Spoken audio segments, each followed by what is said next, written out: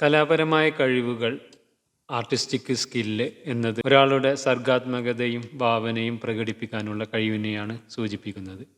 ഇവ ജന്മനാ നേടിയെടുക്കുന്നതാകാം, അല്ലെങ്കിൽ നിരന്തരമായ പരിശീലനത്തിലൂടെയും നേടിയെടുക്കാവുന്നതാണ്. ഓരോരുത്തരിലും വ്യത്യസ്തമായിട്ടുള്ള കഴിവുകൾ ഉണ്ടാകാം.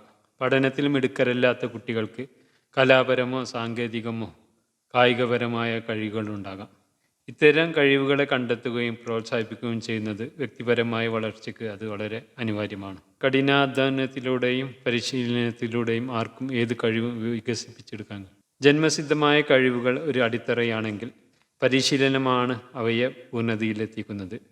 ഉദാഹരണത്തിന്, ഒരാൾക്ക് ശില്പം ഉണ്ടാക്കാൻ അറിയും, അല്ലെങ്കിൽ അതിനുള്ള കഴിവ് ജന്മന കിട്ടിയിട്ടുണ്ടെങ്കിൽ, കഴിവ് ഉള്ളിലുണ്ട് എന്നതുകൊണ്ട് മാത്രം ഒരാൾ ശില്പിയാകുന്നില്ല. തീർച്ചയായിട്ടും അതിന് പരിശീലനം അനിവാര്യമാണ്. ഇനി പ്രധാനപ്പെട്ട ചില കലാപരമായിട്ടുള്ള കഴിവുകൾ പറയാം. ദൃശ്യകലകൾ, അതായത് വിഷ്വൽ ആർട്സ് ആയിട്ടുള്ളത്, അത് ചിത്രരചന, അതുപോലെ ഓയിൽ പെയിൻറ്റ് തുടങ്ങിയ ഉപയോഗിച്ചുള്ള ദൃശ്യരൂപത്തിൽ ഉണ്ടാക്കാനുള്ള കഴിവ്. അതുപോലെ ഫോട്ടോഗ്രാഫി ഈ ദൃശ്യകലയിൽ പെട്ടതാണ്. പല ആംഗിളുകൾ എടുക്കുന്നത്, അതിൻ്റെ വെളിച്ചം, മറ്റു കാര്യങ്ങൾ, അതൊക്കെ വളരെ കലാപരമായിട്ട് ചെയ്യാവുന്ന ഒരു കാര്യം തന്നെയാണ്. മറ്റൊരു തരത്തിലുള്ള കലയാണ് പ്രകടന കലകൾ എന്ന് പറയുന്ന പെർഫോമിംഗ് ആർട്സ്. അതിൽ ഈ സംഗീതം, അതുപോലെ നൃത്തം, അഭിനയം എന്നുള്ളതൊക്കെ വരും. അപ്പോൾ പാടാനുള്ള കഴിവ് അതിന്, അല്ലെങ്കിൽ സംഗീത ഉപകരണങ്ങൾ, ഈ ഗിറ്റാർ, തബല അങ്ങനെയുള്ളതൊക്കെ ഉപയോഗിക്കുന്നതും ഇത്തരം പ്രകടന കലകളിൽ പെട്ടതാണ്. അതുപോലെ നൃത്തം, പലതരം നൃത്തങ്ങളുണ്ട്. ഒപ്പന, മറ്റ് നാടോടി നൃത്തം, അങ്ങനെയുള്ള പല നൃത്തങ്ങളും, അത് സിനിമാറ്റിക് എല്ലാം ഉണ്ട്. അതൊക്കെ ഈ ഒരു പ്രകടന കലകളിൽ പെട്ടതാണ്. അപ്പോൾ അതൊക്കെ ഓരോരുത്തർക്ക് അതിൻ്റേതായിട്ടുള്ള കഴിവും അതിൻ്റേതായിട്ടുള്ള ടാലൻറ്റ് എല്ലാവർക്കും ഉള്ളതുണ്ടോ. അപ്പോൾ ഏതെങ്കിലും ഒരു ഇതിൽ എല്ലാവർക്കും ഉണ്ടാകും. പക്ഷേ അത് പ്രോത്സാഹനം, അതൊക്കെ അവരുടേതായിട്ടുള്ള ഒരു കോൺഫിഡൻസ് ഒക്കെയാണ് ഇത് വളർത്തിക്കൊണ്ടു പോകുന്നത്.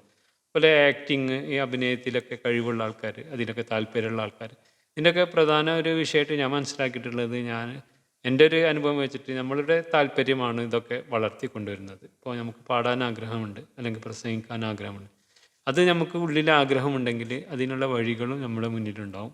അത് അല്ലെങ്കിൽ നമ്മൾ സ്വയം വെട്ടിത്തെളിക്കണം എന്നുള്ളതാണ്. അപ്പോൾ ഇത്തരം കാര്യങ്ങളാണ് ഇതിൽ എനിക്ക് പറയാനുള്ളത്. അതോടൊപ്പം ചേർത്ത് പറയാവുന്ന മറ്റൊരു കാര്യം സാഹിത്യപരമായിട്ടുള്ള കഴിവുകൾ. അത് വല്ലാത്തൊരു കഴിവ് തന്നെ വേണം. അത് കാരണം വളരെ സർഗാത്മകമായിട്ട് എഴുതാവുന്ന എഴുത്ത്, പ്രത്യേകിച്ച് കവിതകൾക്കൊക്കെ ഒരു പ്രത്യേകിച്ച് ഒരുപാട് കാര്യങ്ങൾ അതിൽ ശ്രദ്ധിക്കേണ്ടതുണ്ട്. അതുപോലെ ലേഖനങ്ങൾ എഴുതാൻ, അതുപോലെ പ്രസംഗിക്കാൻ, ഒരു സദസ്സിനെ ആകർഷിക്കുന്ന രീതിയിൽ സംസാരിക്കാനുള്ള നൈപുണ്യം. അതോടൊപ്പം ആധുനിക കാലത്ത് ഡിജിറ്റൽ കലകൾ ഒരുപാട് വന്നിട്ടുണ്ട്. അതിൽ പെട്ടതാണ് ഗ്രാഫിക് ഡിസൈനിങ്. അപ്പോൾ ഗ്രാഫിക് ഡിസൈനിങ്ങും നല്ലൊരു ഇതാണ്. അതിന് വേണ്ട ലോഗോകൾ, അതുപോലെ പോസ്റ്ററുകൾ, വെബ്സൈറ്റുകൾ ഒക്കെ രൂപകൽപ്പന ചെയ്യാനുള്ളൊരു കഴിവ്, അതെല്ലാം വളരെ നല്ലൊരു സ്കില്ലാണ്. പിന്നെ അതുപോലെ വീഡിയോ എഡിറ്റിങ്, അത് ഒരേ ദൃശ്യങ്ങൾ, അതിനനുസരിച്ച് ശബ്ദം, മറ്റു കാര്യങ്ങളൊക്കെ കോർത്തിണക്കിയിട്ട് ആകർഷകമായ രീതിയിൽ വീഡിയോകൾ നിർമ്മിക്കാനുള്ള കഴിവ്, ഇതൊക്കെ ആർജിച്ചെടുക്കാൻ കഴിയും എന്നുള്ളതാണ് ഞാൻ മനസ്സിലാക്കുന്നത്. കാരണം ജന്മനാ നമുക്ക് എന്തെല്ലാം കഴിവുകളുണ്ടാവില്ല എന്നുള്ളതല്ല, നമ്മളെ താല്പര്യം, അതിലൂടെ നമുക്കത് നേടിയെടുക്കാൻ കഴിയും.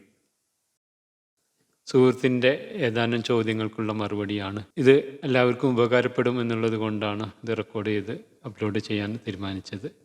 എന്തായാലും അദ്ദേഹത്തിൻ്റെ ചോദ്യത്തിലേക്ക് പോകാം. കഴിവുകൾ കണ്ടെത്താം, വളർത്താം എന്ന വിഷയത്തിൽ ചില ചോദ്യങ്ങൾ ഞാൻ ചോദിക്കട്ടെ. ഞാൻ താങ്കളെ അറിഞ്ഞതു മുതൽ ഒരുപാട് കഴിവുകൾ താങ്കൾക്കുള്ളതായി ഞാൻ മനസ്സിലാക്കുന്നു. അതെല്ലാം എങ്ങനെ നേടിയതാണ്?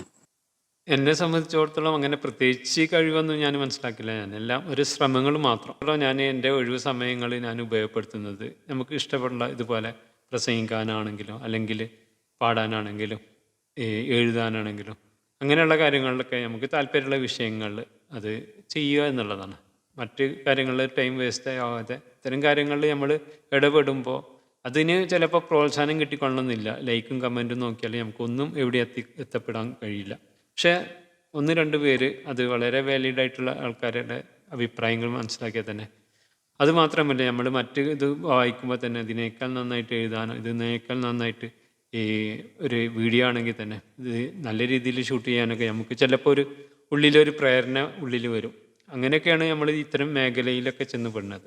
അതുപോലെ പുസ്തകം വായിക്കുമ്പോൾ നമുക്ക് അത് വലിയൊരു വിഷയമാണ്. കാരണം പുസ്തകം വായിക്കുന്നതിലൂടെ നമുക്ക് ഒരുപാട് അറിവ് നേടുക മാത്രമല്ല, അത് നമ്മുടെ പദസമ്പത്ത് വർദ്ധിപ്പിക്കും. അതുകൊണ്ട് തന്നെ നമുക്ക് സംസാരിക്കുമ്പോൾ ഒരുപാട് ഈ സാഹിത്യം ഈ ഓട്ടോമാറ്റിക്കായിട്ട് ഇതിൽ വരും. ഭാഷകളുടെ വളരെ വ്യത്യസ്തമായിട്ടുള്ള ഭാഷകൾ ഉപയോഗിക്കാൻ കഴിയും. അതുമാത്രമല്ല, ഏത് വിഷയത്തിൽ സംസാരിക്കുമ്പോഴും നമുക്ക് അതിൻ്റേതായിട്ടുള്ളൊരു, ഇപ്പോൾ ആധുനിക കാലത്ത് നമുക്ക് ഗൂഗിളിൽ നോക്കിയാൽ എല്ലാം കിട്ടുമെന്ന് പറയും. പക്ഷേ അതിൽ നിന്ന് കിട്ടുമ്പോൾ തന്നെ അതിൻ്റെ ആധികാരികതയും കാര്യങ്ങളൊക്കെ നമ്മൾ മുമ്പ് വായിച്ചിട്ടുള്ള ഇതായിട്ട് ബന്ധപ്പെട്ടിട്ട് നോക്കുമ്പോൾ നമുക്ക് കുറച്ചും കൂടി വാലിഡ് ആയിരിക്കും. നമ്മൾ പറയുന്ന കാര്യങ്ങൾ കുറച്ചും കൂടി ഒരു വളരെ ആധികാരികമായിരിക്കും. അതുപോലെ പാട്ടൊക്കെ കേൾക്കുമ്പോൾ തന്നെ പാട്ടിൻ്റെ വരികളും അതുപോലെ അതിൻ്റെ ആലാപന രീതികളും അതിൻ്റെ താളം എല്ലാം കാര്യങ്ങളും അതൊക്കെ മനസ്സിലാക്കിയിട്ട് പാടുമ്പോൾ നമ്മൾ അത് കുറച്ചും കൂടി മെച്ചപ്പെടുത്താൻ കഴിയും. അപ്പോൾ ഇത്തരം കാര്യങ്ങളാണ് ഞാൻ മനസ്സിലാക്കിയതും ഞാൻ പ്രാക്ടീസ് ചെയ്യുന്നതും. ഇത്തരം കാര്യങ്ങളിലൊക്കെയാണ് ഞാൻ അത് പരിശീലിക്കാറുള്ളത്. താങ്കൾ എഴുതിയ കഥകൾ, അനുഭവങ്ങൾ ഞാൻ വായിച്ചിട്ടുണ്ട്. വളരെ നല്ല രീതിയിൽ എഴുതിയിട്ടുണ്ട്. കവിത എഴുതാൻ എന്തെങ്കിലും രീതിയിൽ ഉണ്ടോ? കഥകളും അനുഭവങ്ങളും അതുപോലെ എഴുത്തും ഒക്കെ എനിക്ക് വളരെ ഇഷ്ടപ്പെട്ട കാര്യമായിരുന്നു. ചെറുപ്പത്തിൽ തന്നെ നന്നായി വായിക്കായിരുന്നു. അതിൻ്റെ പ്രചോദനം എൻ്റെ ഉമ്മ തന്നെയായിരുന്നു. ഉമ്മ നന്നായി വായിക്കാൻ ഇഷ്ടപ്പെടുന്ന ആളായിരുന്നു. അപ്പോൾ ചെറിയ ബാലസാഹിത്യം ഒക്കെ വായിക്കും. അതുപോലെ ലൈബ്രറി പുസ്തകങ്ങൾ എടുത്ത് വായിക്കും. അതുപോലെ ഉള്ള ഈ കഥ വളരെ ഇഷ്ടപ്പെട്ട ഒരു കാര്യമായിരുന്നു. അതുപോലെ അനുഭവങ്ങളും അത്തരം കാര്യങ്ങളൊക്കെ അത് വായിക്കുമ്പോൾ തന്നെ നമുക്ക് അങ്ങ് അത്തരം ഒരു സൃഷ്ടി എഴുതാനൊക്കെ നമുക്ക് തോന്നും. അപ്പോൾ അതുകൊണ്ട് തന്നെ പല കാര്യങ്ങളിലും നമ്മൾ ആ ഒരു ഈ വായന ഒരു ഘടകമായിട്ടുണ്ട്. അപ്പോൾ ഞാൻ പറഞ്ഞു വരുന്നത് പിന്നെ കവിതയാണ്. കവിത കുറച്ച് ബുദ്ധിമുട്ടുണ്ട്. കാരണം അതിന് അതിൻ്റേതായിട്ടുള്ള ഒരു വൃത്തം കാര്യങ്ങളൊക്കെ അത് ശ്രദ്ധിക്കേണ്ടതുണ്ട്. എന്നിരുന്നാലും അത് വല്ലാത്തൊരു ഇത് തന്നെയാണ്. കവിത ഒരു ചിലപ്പോൾ ഒരു പ്രഭാഷണത്തേക്കാൾ ഫലം ചെയ്യും എന്നൊക്കെ പറയാറുണ്ട്. എന്നാലും ധാരാളം കവിത ഞാൻ എഴുതിയിട്ടുണ്ട്. പക്ഷേ എനിക്ക് പ്രയാസം തോന്നിയിട്ടുള്ളൊരു കാര്യം ഈ പാട്ടാണ്. പാട്ട് എഴുതുമ്പോൾ നമ്മൾ അതിന് ഒരു രീതിയും കണ്ടെത്തണം. അല്ലെങ്കിൽ പാട്ട് അത് അതിൽ സാഹിത്യമൊക്കെ ഉണ്ടായിരിക്കാം, പക്ഷേ അത് ആലാപന രീതിയിലേക്ക് കൊണ്ടുവരാൻ കുറച്ച് ബുദ്ധിമുട്ടായിരിക്കും. അങ്ങനെ കുറച്ച് ബുദ്ധിമുട്ട് ഞാൻ അഭിമുഖീകരിച്ചിട്ടുണ്ട്. താങ്കൾ എഴുതിയ സമകാലിക വിഷയങ്ങളിലുള്ള ലേഖനങ്ങളും മികച്ചതാണ്. അതിന് പ്രത്യേകമായി ശ്രദ്ധിക്കാൻ എന്താണ് ഉള്ളത്? ലേഖനം എഴുതൽ കുറച്ചും കൂടി ഗൗരവത്തിൽ എടുക്കേണ്ട ഒരു വിഷയമാണ്. കാരണം നമ്മൾ സംസാരിക്കുന്ന, നമ്മൾ ആവിഷ്കരിക്കുന്ന അല്ലെങ്കിൽ നമ്മൾ പറയാൻ ഉദ്ദേശിക്കുന്ന വിഷയം അതിനെക്കുറിച്ച് ആധികാരികമായിട്ട് നമ്മൾ മനസ്സിലാക്കിയിരിക്കണം. അത് കേവലം എന്തെങ്കിലും എഴുതി സമൂഹത്തിൽ എന്തെങ്കിലും രീതിയിൽ തെറ്റായ വാർത്തകൾ കൊടുക്കുകയല്ല. കാരണം ഇതൊരു റിപ്പോർട്ടാണ്, ഒരു ഉപന്യാസമാണ്. അപ്പോൾ അതിൽ നമ്മൾ വളരെ വ്യക്തമായിട്ടുള്ളൊരു പഠനം നടത്തേണ്ടതുണ്ട്. അതുമാത്രമല്ല, അതിൻ്റെ ആശയത്തിൽ നിന്ന് വ്യതിചലിക്കാതെ ആദ്യം മുതൽ അവസാനം വരെ വിഷയത്തിലൂന്നി സംസാരിക്കണം. അനാവശ്യമായിട്ടുള്ള മറ്റ് പദങ്ങളൊക്കെ ഒഴിവാക്കിയിട്ട് വളരെ കൺക്ലൂഷനിലെത്താവുന്ന രീതിയിൽ അത് വായിച്ചു കഴിഞ്ഞാൽ ഇന്നൊരു കാര്യമാണ് ഇവിടെ സമർപ്പിക്കുന്നത് എന്ന് വായിക്കുന്ന ആൾക്കാർക്ക് ബോധ്യപ്പെടണം. അത്തരം കാര്യങ്ങളാണ് ലേഖനത്തിൽ ഞാൻ ശ്രദ്ധിക്കാറ്. അതോടൊപ്പം അതിൽ നല്ല ലളിതമായ ഭാഷകൾ ഉപയോഗിക്കുക, മറ്റേ സ്ലാങ്ങുകളൊക്കെ ഒഴിവാക്കുക. ഇത്തരം കാര്യങ്ങളൊക്കെ വരുമ്പോൾ തന്നെ അത് ആൾക്കാർക്ക് ഇഷ്ടപ്പെടും. അതിൻ്റേതായിട്ടുള്ള മേന്മ അതിനുണ്ടാവും സ്വാഭാവികമായിട്ടും. താങ്കളുടെ പ്രസംഗങ്ങൾ ഞാൻ ശ്രദ്ധിക്കാറുണ്ട്. ചെറുപ്പം മുതലുള്ള ശീലമാണോ? ഞാൻ ഏറെ ആഗ്രഹിക്കുന്ന ഒരു കലയാണ് പ്രസംഗകല എന്നുള്ളത്. അത് ചെറുപ്പം മുതലേ ഒരു ആഗ്രഹമായിരുന്നു. ചെറുപ്പം മുതൽ ശീലിച്ചൊന്നുമില്ല, ചെറുപ്പം മുതലുള്ളൊരു ആഗ്രഹമായിരുന്നു നന്നായി സംസാരിക്കുക, പ്രസംഗിക്കുക എന്നുള്ളതാണ്. കാരണം ചെറുപ്പം മുതലേ നമ്മൾ പല പ്രഭാഷണങ്ങളൊക്കെ കേട്ടിട്ട് അത്രയും പ്രഭാഷണം നമുക്കും ചെയ്യാൻ കഴിഞ്ഞെങ്കിൽ എന്ന ഒരു ആഗ്രഹം ചെറുപ്പം മുതലേ ഉണ്ട്. ഇനി ഞാൻ മനസ്സിലാക്കിയിടത്തോളം പ്രവാസ ലോകത്താണ് നമുക്ക് ഇതിനൊക്കെ വേദികൾ ധാരാളം ഉള്ളത്. പ്രത്യേകിച്ച് പല സംഘടനകളിൽ പ്രവർത്തിക്കുമ്പോൾ ഒന്നല്ലെങ്കിൽ സെക്രട്ടറി സ്ഥാനമോ മറ്റേ സ്ഥാനമോ അല്ലെങ്കിൽ പ്രഭാഷണത്തിനായിട്ടോ ആശംസ പറയാനായിട്ടൊക്കെ വിളിക്കുന്ന അവസരങ്ങൾ ധാരാളം കിട്ടിയിട്ടുണ്ട്. അതുകൊണ്ട് തന്നെ അത്തരം വേദികൾ ഉപയോഗപ്പെടുത്തുമ്പോൾ നമുക്കത് കൂടുതൽ ഇമ്പ്രൂവ് ചെയ്യാൻ കഴിയും. എന്നെ സംബന്ധിച്ചിടത്തോളം ഞാൻ പ്രസംഗകല ഓൺലൈനായിട്ട് പഠിച്ചിട്ടുണ്ട്. അത്തരം കാര്യങ്ങൾ ഞാൻ മറ്റുള്ളവർക്ക് ഷെയറും ചെയ്തിട്ടുണ്ട്. എന്നിരുന്നാലും ഞാനിപ്പോഴും വിദ്യാർത്ഥിയാണ്. കാരണം പ്രഭാഷണം എന്നുള്ളത് ഒരുപാട് നമ്മൾ ആർജിച്ചെടുക്കേണ്ട ഒരു കാര്യങ്ങളുണ്ട്. പിന്നെ ഇതിനൊക്കെ പ്രധാനം ഞാൻ നേരത്തെ പറഞ്ഞ പോലെ ഈ വായനാശീലം അതിനൊക്കെ വളരെ മുതൽക്കൂട്ടാണ്. കാരണം നമ്മൾ ഒരു വിഷയത്തെ കുറിച്ച് സംസാരിക്കണമെങ്കിൽ നമ്മൾ നേരത്തെ വായിച്ചിട്ടുള്ള കാര്യങ്ങളും നമ്മളെ ഓർമ്മയിൽ വരുന്ന ഒരുപാട് കാര്യം ഇപ്പോൾ ഒരു ഈ ലഹരിയെക്കുറിച്ച് സംസാരിക്കണമെങ്കിൽ അല്ലെങ്കിൽ നാട്ടിൽ ഉള്ള എന്തെങ്കിലും അഴിമതി അങ്ങനെയുള്ള വിഷയങ്ങളൊക്കെ ഏത് വിഷയത്തെക്കുറിച്ച് സംസാരിക്കണമെങ്കിലും നമ്മൾ ആ വിഷയത്തിൽ നല്ല രീതിയിൽ അവഗാഹം നേടിയെടുക്കുക എന്നുള്ളത് ഒരു പ്രധാന ഇതാണ്. ഇപ്പോൾ ഈ ഗൂഗിളിലൊക്കെ തപ്പിയിട്ട് എന്തെങ്കിലും ആയിട്ട് തട്ടിക്കൂട്ടിയിട്ട് സംസാരിക്കുക എന്നുള്ളത് ഒരു ഉപരി നമ്മൾ നേരത്തെ വായിച്ചിട്ടുണ്ടെങ്കിൽ പഠിച്ചിട്ടുണ്ടെങ്കിൽ അത് നമുക്ക് അതിലൂടെ ഒരുപാട് പദസമ്പത്ത് കിട്ടും. ഞാൻ നേരത്തെ പറഞ്ഞ പോലെ ഒരുപാട് പദങ്ങൾ നമ്മളെ സംസാരത്തിൽ കയറി വരും. സാഹിത്യം തന്നെ ആവണമെന്നില്ല. അപ്പോൾ അത്തരം പദസമ്പത്ത് കിട്ടുന്നത് കൂടി നമ്മളെ പ്രഭാഷണത്തിന് കുറച്ചും കൂടി ഒരു സ്റ്റാൻഡേർഡ് കുറച്ചും കൂടി ഒരു ആധികാരികത ഒക്കെ വരും. അതാണ് പ്രധാനം ഞാൻ മനസ്സിലാക്കിയെടുത്തത്. പ്രസംഗിക്കുക എന്നുള്ളത് പ്രസംഗിക്കാൻ ആഗ്രഹിക്കുന്ന ഒരാൾ തീർച്ചയായിട്ടും വായിച്ചിരിക്കണം. ഒരുപാട് പുസ്തകങ്ങൾ പരന്ന വായന ആവശ്യമാണ്.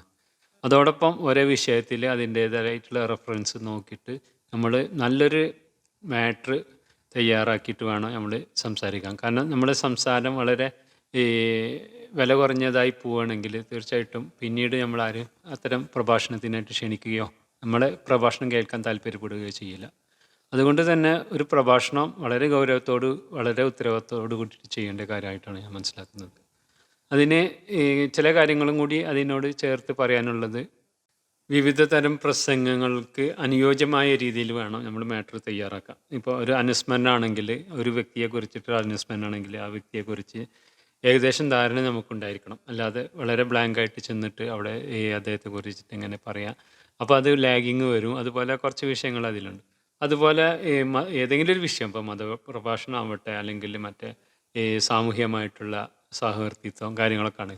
അതിനൊക്കെ വേണ്ടിയിട്ടുള്ള മാറ്ററുകൾ നമ്മൾ മനസ്സിലാക്കണം, പഠിച്ചിരിക്കണം. അതുപോലെ മോട്ടിവേഷൻ സ്പീച്ച് ആകുമ്പോൾ അപ്പോൾ അത് മറ്റുള്ളവർക്ക് കേൾക്കുമ്പോൾ പ്രചോദനം ഉണ്ടാകുന്ന രീതിയിലായിരിക്കണം. അതുപോലെ സാംസ്കാരിക പ്രഭാഷണങ്ങളൊക്കെ ആകുമ്പോൾ ഇതിലൊക്കെ നമുക്ക് ചേർക്കാവുന്ന ഒരുപാട് പുണ്യ വചനങ്ങൾ, അതായത് മഹാത്മാക്കളുടെ വചനങ്ങളൊക്കെ ചേർത്തിട്ട് അതിൻ്റേതായ രീതിയിൽ അവതരിപ്പിക്കുകയാണെങ്കിൽ ഒരു പ്രഭാഷണം മികവുറ്റതാക്കാൻ കഴിയും. ഞാനിപ്പോഴും പഠിച്ചുകൊണ്ടിരിക്കുകയാണ്. ഇത്രയും പറഞ്ഞത് ഇത് മറ്റുള്ളവർക്കും കൂടി ഉപകാരപ്പെടട്ടെ എന്നുള്ളത് കൊണ്ടാണ്. സുഹൃത്തുക്കൾ തമാശയായി പറയുന്ന കാര്യമാണ്. സിദ്ദീഖ് ഭായ് ഒരുപാട് വാട്സപ്പ് ഗ്രൂപ്പിലൂടെ ഫൗണ്ടർ ആണ്. അതുപോലെ മിക്ക സംഘടനയുടെയും സെക്രട്ടറി സ്ഥാനം ഉള്ളതായി എനിക്കറിയാം. അവയെല്ലാം എങ്ങനെ മാനേജ് ചെയ്യുന്നു? എനിക്ക് വളരെ താല്പര്യമുള്ള ഒരു കാര്യമാണ് ഈ ഒരുപാട് സംഘടനകൾ പ്രവർത്തിക്കുക എന്നുള്ളതാണ്. അതായത് ആളുകളെ ഒന്നിച്ച് കൂട്ടുക, ഈ നല്ല കാര്യങ്ങൾക്ക് വേണ്ടിയിട്ട് സംഘടിക്കുക എന്നുള്ള ഒരു ആഗ്രഹം. അതുകൊണ്ട് തന്നെ ഞാനായിട്ട് രൂപീകരിച്ച ഒരു ഇതാണ് ഒമാൻ തൃശ്ശൂർ ഓർഗനൈസേഷൻ എന്ന് പറഞ്ഞത്. അതൊരു കൊറോണ കാലത്താണ് തുടങ്ങിയത്. ആദ്യം ഓൺലൈനിലായിരുന്നു. പിന്നീട് കൊറോണയ്ക്ക് ശേഷം അത് വളരെ വിപുലീകരിച്ചു. ഈ ഒരുപാട് 2000ഓളം അംഗങ്ങളുള്ള വലിയൊരു ഇതായി. അതിന് പ്രസിഡന്റ്, സെക്രട്ടറി, ട്രഷറർ അങ്ങനെ ഒരു കമ്മിറ്റിയൊക്കെ വന്നു.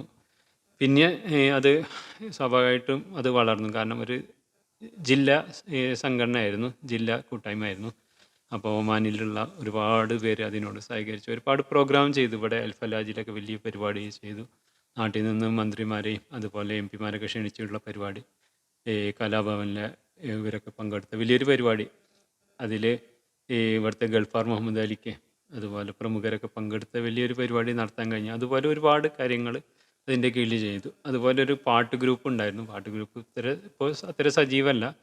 എന്നിരുന്നാലും അതിലും ഒരുപാട് കാര്യങ്ങൾ, ഓരോ ഫാം പ്രോഗ്രാമുകളും അങ്ങനെയൊക്കെ കുറേ ഇത് ചെയ്തു. അപ്പോൾ അതിൻ്റെയൊക്കെ ഒരു ഇതെന്ന് വെച്ചാൽ നമ്മൾ എല്ലാവരും ഒന്ന് ഒത്തുകൂടുക, നമ്മളെ ഈ ജോലിക്കിടയിലുള്ള ടെൻഷനും സ്ട്രെസ്സൊക്കെ റിലീസ് ചെയ്യാനൊരു സമയം കണ്ടെത്തുക എന്നുള്ളതൊക്കെയാണ്. പിന്നെ അതിന് ശേഷം ആണ് മറ്റ് സംഘടനകളിൽ സജീവമായത്. പല സംഘടനയിലും സെക്രട്ടറി സ്ഥാനമൊക്കെ നമുക്ക് കിട്ടിയിട്ടുണ്ട്. ഒരിക്കലും ഒരു സ്ഥാനം നമ്മൾ ചോദിച്ച് മേടിച്ചിട്ടില്ല എന്നുള്ളതാണ് അതിൽ എനിക്ക് എടുത്ത് പറയാമെന്നുള്ളത്. കാരണം നമ്മൾ സ്ഥാനം ചോദിച്ച് മേടിക്കുക, അതിന് വേണ്ടിയിട്ട് നിൽക്കുക എന്നുള്ളതല്ല. നമ്മൾ പറ്റുന്ന പോലൊക്കെ അതിൻ്റെ പ്രവർത്തിക്കുക എന്നുള്ളതാണ്. അപ്പോൾ എന്തായാലും ഞാൻ മനസ്സിലാക്കുന്നത് ഇപ്പോൾ ആധുനിക കാലത്ത് ആളുകൾ അവരിലേക്ക് ചുരുങ്ങി പോകുന്ന കാലത്ത് ഈ സംഘടന അത്തരം പ്രവർത്തനങ്ങളൊക്കെ വളരെ നല്ലതായിട്ടാണ് ഞാൻ മനസ്സിലാക്കുന്നത്. പിന്നെ ഞാൻ നേരത്തെ പറഞ്ഞ ഒമാൻ തൃശ്ശൂർ ഓർഗനൈസേഷൻ ഒരുപാട് ചാരിറ്റി പരമായിട്ടുള്ള കാര്യങ്ങൾ, അതായത് ഇപ്പോൾ ഒരു പ്രവാസിക്ക് എന്തെങ്കിലും അപകടം പറ്റുകയോ അല്ലെങ്കിൽ മരണം സംഭവിക്കുകയൊക്കെ ചെയ്താൽ അവരെ നാട്ടിലെത്തിക്കാനുള്ള കാര്യങ്ങളൊക്കെ അതിൻ്റെ ചാരിറ്റി ടീം വളരെ ഭംഗിയായിട്ട് ചെയ്യുന്നുണ്ട്. അതൊക്കെ കാണുമ്പോൾ നമുക്ക് തീർച്ചയായിട്ടും അതൊരു വളരെ സന്തോഷമുള്ള കാര്യമാണ്. അതോടൊപ്പം ലീഡർഷിപ്പ് ക്വാളിറ്റി ഉണ്ടാക്കാനൊക്കെ ഇത്തരം സംഘടനയിൽ പ്രവർത്തിക്കുമ്പോൾ നമുക്ക് കഴിയും. പിന്നെ ഈ പറഞ്ഞ പോലെ എല്ലാത്തിലും നമുക്ക് ഇടപെടാൻ പറ്റില്ല. കാരണം നമ്മുടെ സമയം പരിമിതമാണ്. അപ്പോൾ കൂടുതൽ നല്ലതെന്ന് തോന്നുന്നതിൽ സജീവമാവുക. അതാണിപ്പോൾ എനിക്ക് കരണീയമായിട്ട് എനിക്ക് പ്രാക്ടിക്കലായിട്ട് ചെയ്യാൻ കഴിയുന്ന ഒരു കാര്യം. അല്ലാത്ത നിലക്ക് നമ്മൾ എല്ലാത്തിനും ഓടിയെത്തുക പ്രായോഗികമല്ലല്ലോ. പാട്ടിനെക്കുറിച്ചുള്ള പ്രധാന വിവരങ്ങൾ എന്താണ്? സംഗീതത്തെക്കുറിച്ച് എനിക്ക് അങ്ങനെ വലിയ അറിവൊന്നുമില്ല. എന്നിരുന്നാലും നമ്മളെല്ലാവരും ഇഷ്ടപ്പെടുന്ന എല്ലാവർക്കും പാട്ട് ഇഷ്ടമാണല്ലോ. പാട്ട് ഇഷ്ടപ്പെടാത്തവർ അപൂർവമായിരിക്കും. വളരെ ഇതായിരിക്കും. അത്രയും ഇൻട്രോവേർട്ട് ആയിട്ടുള്ള ആൾക്കാർ അല്ലെങ്കിൽ വളരെ ഇതായിട്ട് ജീവിക്കുന്ന ആൾക്കാർക്കാണ് പാട്ടിനോട് വലിയ താല്പര്യമില്ലാതിരിക്കും. പക്ഷേ ഞാൻ മനസ്സിലാക്കിയിടത്തോളം എല്ലാത്തിനും ഇപ്പോൾ ഈവൻ ഓരോ ഇപ്പം മതത്തിൽ അതിന് വിലക്കുണ്ടോയെന്ന് ചോദിക്കുമ്പോൾ അങ്ങനെ പറയാൻ മാത്രം വിലക്കൊന്നുമില്ല. കാരണം ഒരുപാട് പാട്ടുകൾ ഇപ്പോൾ ഇസ്ലാമിനെ കുറിച്ച് പറയുകയാണെങ്കിൽ അതിൽ ഒരുപാട് പാട്ടിൻ്റെ തന്നെ കാറ്റഗറി ഉണ്ട്. മദ്ഹ് പാട്ടുണ്ട്, താരാട്ട് പാട്ടുണ്ട്, പിന്നെ ബൈത്തുകളുണ്ട്, അതുപോലെ ഈ കത്ത് പാട്ട്, ഒരുപാട് പാട്ടുകൾ ഈ ഇസ്ലാമിൽ തന്നെ മുസ്ലിങ്ങൾക്കിടയിൽ തന്നെ ഉണ്ട്. ഒപ്പന പാട്ട്, കോൽക്കളി പാട്ട്, ദഫ് പാട്ട്, പിന്നെ അങ്ങനെ ഈ കത്തുപാട്ട് അങ്ങനെ ഒരുപാട് പാട്ടുകൾ അതിൽ തന്നെ ഉണ്ട്. മാപ്പിള പാട്ടിൻ്റെ ആ കാറ്റഗറിയിൽ തന്നെ വരുന്നുണ്ട്. അതുപോലെ ഗസൽ, കവാലി, അതൊക്കെ ഒരു സംഭാവനകളാണ്. നമ്മൾ പാട്ട് ൻ്റെ വരികൾ അതൊരു പ്രധാനമാണ്. അതോടൊപ്പം ആലാപനം കേൾക്കുമ്പോൾ അത് ശ്രവണസുന്ദരമായിട്ടുള്ള പാട്ടുകൾ അതൊക്കെ എല്ലാവരും ഇഷ്ടപ്പെടുന്നതാണ്. താരാട്ട് പാട്ട്, അതുപോലെ ക്രിസ്ത്യാനികൾ മരണത്തിനൊരു പാട്ടുണ്ട്. അങ്ങനെയുള്ള അതായത് ജന്മം മുതൽ മരണം വരെ പാട്ടിന് അതിൻ്റേതായിട്ടുള്ള സ്ഥാനമുണ്ട്. അത് തെറ്റായി പോകുന്ന ചില കാര്യങ്ങൾ പറയുന്നത് അതിൻ്റെ ഉപകരണങ്ങളാണ്. ഉപകരണങ്ങൾ ചിലത് ഉപയോഗിക്കാൻ പാടില്ലാത്തതുണ്ട് എന്നൊക്കെ പറയുന്നുണ്ട്. TV പ്രോഗ്രാം ചെയ്തതായി അറിഞ്ഞിരുന്നു. എങ്ങനെ സാധിച്ചു? അതൊന്ന് വിവരിക്കാമോ? TV പ്രോഗ്രാം ഞാൻ അങ്ങനെയാണ്ട് പ്രതീക്ഷിച്ചതല്ല. കാരണം എൻ്റെ ഒരു സുഹൃത്തുണ്ടായിരുന്നു, താഹിർ എന്ന് പറഞ്ഞാൽ. അദ്ദേഹത്തിന് ഒരു റിയാലിറ്റി ഷോ ചെയ്യണം എന്നുള്ളൊരു ആഗ്രഹം ഉണ്ടായിരുന്നു. TV പ്രോഗ്രാം ചെയ്യണം എന്നുള്ള ആഗ്രഹം ഉണ്ടായിരുന്നു. അപ്പോൾ അദ്ദേഹത്തിൻ്റെ വാക്കുകളിൽ പ്രചോദനം ഉൾക്കൊണ്ടിട്ടാണ് അതിനായിട്ട് ഇറങ്ങി പുറപ്പെട്ടത്. പക്ഷേ ആ സമയത്ത് എൻ്റെ കയ്യിൽ മറ്റ് സൗകര്യങ്ങളുണ്ടായിരുന്നില്ല. ജോലി കഴിഞ്ഞിട്ട് മറ്റ് വണ്ടി സൗകര്യങ്ങളൊന്നും ഇല്ലാത്ത സമയത്തായിരുന്നു. അപ്പോൾ ആ സമയത്ത് ഇതിനായിട്ട് ഇറങ്ങി പുറപ്പെടുക എന്നുള്ളത് വലിയൊരു ടാസ്ക്കായിരുന്നു. എന്നിരുന്നാലും അദ്ദേഹത്തിൻ്റെ കോൺഫിഡൻസിലാണ് ഞാൻ ഓടിയിരുന്നത്. ഏകദേശം ഒരു ഈ പരസ്യങ്ങളൊക്കെ ആ ഭാഗത്തു നിന്നൊക്കെ പരസ്യങ്ങളൊക്കെ കിട്ടി, എല്ലാവരും പ്രോത്സാഹനമൊക്കെ കിട്ടി. പിന്നെ ഈ ക്യാമറമാനും എഡിറ്റ് ചെയ്യാനുള്ള ആളുണ്ടായി. അതുപോലെ എപ്പിസോഡ് ഈ സ്ലോട്ട് കിട്ടാൻ ഈ കൈരളി TV-യുടെ ആളായിട്ട് ബന്ധപ്പെട്ടു. അങ്ങനെ നോക്കി നോക്കുമ്പോൾ നമുക്ക് കിട്ടാവുന്ന വരുമാനവും കാര്യങ്ങളും ഒക്കെ നോക്കി നോക്കുമ്പോൾ അത് നടക്കും എന്നുള്ളൊരു ഈ പ്രതീക്ഷ ഉണ്ടായി. അപ്പം മാപ്പിളപ്പാട്ടിന് മാത്രമായിട്ട് ഒരു പ്രോഗ്രാം ചെയ്തതാണ്, ഒമാൻ നിലാവ് എന്ന് പറഞ്ഞിട്ട്. ഏകദേശം 12 എപ്പിസോഡ് ഈ 3 മാസത്തോളമായിട്ട് അത് നടന്നു. എല്ലാ വെള്ളിയാഴ്ചയും ഉച്ചയ്ക്കായിരുന്നു ആ പരിപാടി. അത് തുടക്കത്തിൽ ഇങ്ങനെയൊക്കെ ആണെങ്കിലും പിന്നീട് ഒരുപാട് പ്രതിസന്ധിയായിട്ട് കയറി വന്ന് പരസ്യമൊക്കെ കിട്ടിയായിരുന്നു. പക്ഷേ ഇതിന് വേണ്ടിയിട്ട് ഓടിപ്പോയാൻ ഒന്നും സമയം കിട്ടില്ല. അങ്ങനെ കുറേ ഇതായി ഉണ്ടായിരുന്നു. പക്ഷേ എന്നിരുന്നാലും അത് ഡ്രോപ്പ് ചെയ്യാതെ അത് ലാസ്റ്റ് വരെ കൊണ്ടുപോയി എത്തിച്ചു. അത് വിജയമായിരുന്നു, നല്ല വിജയമായിരുന്നു, നല്ല അഭിപ്രായമായിരുന്നു. അവസാനമായി ഒരു ചോദ്യം. താങ്കളുടെ യൂട്യൂബ് ചാനലിൽ ധാരാളം വീഡിയോകൾ കണ്ടിരുന്നു. അതെല്ലാം സ്വയം ക്രിയേറ്റ് ചെയ്തതാണോ? എൻ്റെ ഒരു ചെറുപ്പത്തിലേ ഉള്ളൊരു ആഗ്രഹമാണ് എന്തെങ്കിലും ക്രിയേറ്റീവായിട്ട് ചെയ്യുക എന്നുള്ളത്. മറ്റുള്ളവരുടെ ടാലൻറ്റും മറ്റു കാര്യങ്ങളൊക്കെ നോക്കി നിൽക്കുന്നതിലുപരി നമുക്ക് നമ്മുടേതായിട്ടുള്ളൊരു കയ്യൊപ്പ് വേണം എന്നുള്ളൊരു ഇതിലാണ് ഞാൻ ഇത്തരം കാര്യങ്ങളൊക്കെ ചെയ്യാറുള്ളത്. ഇപ്പോൾ പാട്ടായാലും പ്രസംഗമായാലും. അതുപോലെ ഇപ്പോൾ ഈ യൂട്യൂബ് തുടങ്ങിയിട്ട് കുറച്ചായെങ്കിലും അതിൽ ഏകദേശം ഇപ്പോൾ ഒരു 1000-ഓളം സബ്സ്ക്രൈബ് പെടുത്താനായിട്ടുള്ളൂ. അപ്പോൾ എന്തായാലും ഇപ്പോഴാണ് കുറച്ചും കൂടി നമ്മൾ അതിനോട് കൂടുതൽ ഫോക്കസ് ചെയ്തത്. പിന്നെ ഒരുപാട് കാര്യങ്ങൾ അതിലൂടെ കൺവേ ചെയ്യാൻ പറ്റും. നമുക്ക് മറ്റുള്ളവരെ നമ്മുടെ ആശയങ്ങൾ എത്തിക്കാനും അതുപോലെ നമ്മുടെ കലാപരമായിട്ട് ആവട്ടെ മറ്റു കാര്യങ്ങളാവട്ടെ ഇതിനൊക്കെ ചെയ്യാൻ പറ്റും. എന്തായാലും സമൂഹത്തിന് ഗുണം ചെയ്യുക, നന്മ ചെയ്യുക എന്നൊക്കെയാണ് ഇതിലൂടെ ഉദ്ദേശിക്കുന്നത്. അപ്പോൾ അതിലൂടെ പിന്നെ മറ്റു കാര്യങ്ങളും നമ്മളതിൻ്റെ ഭാഗമായിട്ട് പഠിക്കും. അതായത് വീഡിയോ എഡിറ്റിങ്ങും അതുപോലെ സൗണ്ട് റെക്കോർഡിങ്ങും സൗണ്ട് എഡിറ്റ് ചെയ്യാനും അതുപോലെ വിഷ്വൽ എഡിറ്റ് ചെയ്യാനും ഒക്കെ അതിൻ്റെ ഭാഗമായിട്ട് ഇത് ചെയ്യാൻ കഴിയും. അപ്പോൾ നമ്മൾ നമ്മുടേതായിട്ടുള്ള ജീവിതം, നമ്മുടേതായിട്ടുള്ള വഴി നമ്മൾ തന്നെ വെട്ടിപ്പിടിക്കണം എന്നാണ് എനിക്ക് ഈ കാര്യത്തിൽ ഇത് മാത്രമല്ല മൊത്തത്തിൽ എനിക്ക് പറയാനുള്ളത്. കാരണം നമ്മൾ ഒരിക്കലും മറ്റുള്ളവരുടെ ഇത് മാത്രം നോക്കി നിൽക്കാതെ നമുക്കെന്തെല്ലാം ചെയ്യാൻ കഴിയും എന്നുള്ളതാണ് ഞാൻ ഇത്രയും പറഞ്ഞത്. അപ്പോൾ എന്തായാലും നിങ്ങൾക്കും നിങ്ങളുടേതായിട്ടുള്ള കഴിവ് പരിപോഷിപ്പിക്കാൻ കഴിയും. അത് ജന്മസിദ്ധമായിട്ട് മാത്രം കിട്ടുന്നതല്ല. അതോടൊപ്പം നമുക്ക് നമ്മുടെ പരിശീലനത്തിലൂടെ കണ്ടെത്താൻ കഴിയും. അതാണ് നമ്മൾ ചെയ്യേണ്ടതും. പിന്നെ ഇപ്പോൾ ഏത് മേഖലയിലായാലും എഴുത്തായാലും മറ്റേത് മേഖലയിലായാലും നമുക്ക് ഒരുപാട് സൗകര്യങ്ങളുണ്ട്. പണ്ട് എഴുതാൻ തന്നെ ഇപ്പോൾ പെന്നുകൊണ്ട് ഡയറിയിൽ എഴുതിക്കൊണ്ട് നോട്ട്സ് പകർത്തിയിട്ട് പിന്നീട് അത് മലയാളത്തിൽ ടൈപ്പ് ചെയ്യുക എന്നുള്ളതൊക്കെ ബുദ്ധിമുട്ടുള്ള ഒരു കാര്യമായിരുന്നു. എന്നിരുന്നാലും അന്ന് മുതലേ നമ്മൾ മനസ്സിൽ വെച്ച് നടന്നൊരു കാര്യമാണ് എഴുതുക എന്നുള്ളത്. പിന്നെ ഈ നാട്ടിലൊരു ക്ലബിന് സുവനീർ ഉണ്ടാക്കി അതിലൂടെയൊക്കെയാണ് കുറച്ചും കൂടി ഗൗരവമായിട്ടുള്ള എഴുത്തിലേക്ക് വന്നത്. ഇവിടെ കൂടുതൽ നമ്മൾ ചെറുകഥകളും കാര്യങ്ങളൊക്കെ വന്ന ആൾക്കാർക്ക് ഇഷ്ടപ്പെടുന്ന രീതിയിൽ. അത് മാത്രമല്ല ഇപ്പോൾ സോഷ്യൽ മീഡിയ കൂടുതൽ നമുക്ക് ആക്സസ് ആയപ്പോൾ കൂടുതൽ നമ്മൾക്ക് അത് ഉപകാരപ്രദമായ രീതിയിൽ നമുക്ക് അത് കൂടുതൽ യൂസ് ചെയ്യാൻ പറ്റിയപ്പോൾ നമ്മൾ ഒരുപാട് പേർക്ക് അത് സെൻഡ് ചെയ്യാനും ഒക്കെ പറ്റും. അപ്പോൾ അങ്ങനെ ഒരുപാട് നല്ല അഭിപ്രായങ്ങൾ നമുക്ക് ഓൺലൈനായിട്ട് ഈ സോഷ്യൽ മീഡിയയിലൂടെയൊക്കെ കിട്ടുന്നത് നമുക്കൊരു പ്രോത്സാഹനമായിരുന്നു. അപ്പോൾ ചില കഥകളൊക്കെ പബ്ലിഷ് ചെയ്തിട്ട് ആമസോണിൽ 2 കഥ പബ്ലിഷ് ചെയ്തിട്ടുണ്ട് അതുപോലെ. അപ്പോൾ അങ്ങനെ കുറച്ച് ഇതുണ്ട്. പിന്നെ നോമ്പനുഭവങ്ങൾ സ്ഥിരമായിട്ട് ഞാൻ എല്ലാം മാധ്യമ പത്രത്തിൽ കൊടുക്കാറുണ്ട്. അതുപോലെ സിറാജ്, മനോരമ ഇതിലൊക്കെ എൻ്റെ അനുഭവങ്ങൾ വന്നിട്ടുണ്ട്. അതുപോലെ പത്ര റിപ്പോർട്ടുകളായിട്ടും മറ്റു കാര്യങ്ങളൊക്കെ നമ്മൾ ചെയ്യാറുണ്ട്. നമ്മൾ ഒരിക്കലും മറ്റുള്ളവരുടെ ഇത് മാത്രം നോക്കി നിൽക്കാതെ നമുക്കെന്തെല്ലാം ചെയ്യാൻ കഴിയും എന്നുള്ളതാണ് ഞാൻ ഇത്രയും പറഞ്ഞത്. അപ്പോൾ എന്തായാലും നിങ്ങൾക്കും നിങ്ങളുടേതായിട്ടുള്ള കഴിവ് പരിപോഷിപ്പിക്കാൻ കഴിയും. അത് ജന്മസിദ്ധമായിട്ട് മാത്രം കിട്ടുന്നതല്ല. അതോടൊപ്പം നമുക്ക് നമ്മുടെ പരിശീലനത്തിലൂടെ കണ്ടെത്താൻ കഴിയും. അതാണ് നമ്മൾ ചെയ്യേണ്ടതും. എല്ലാവർക്കും നന്ദി, നമസ്കാരം.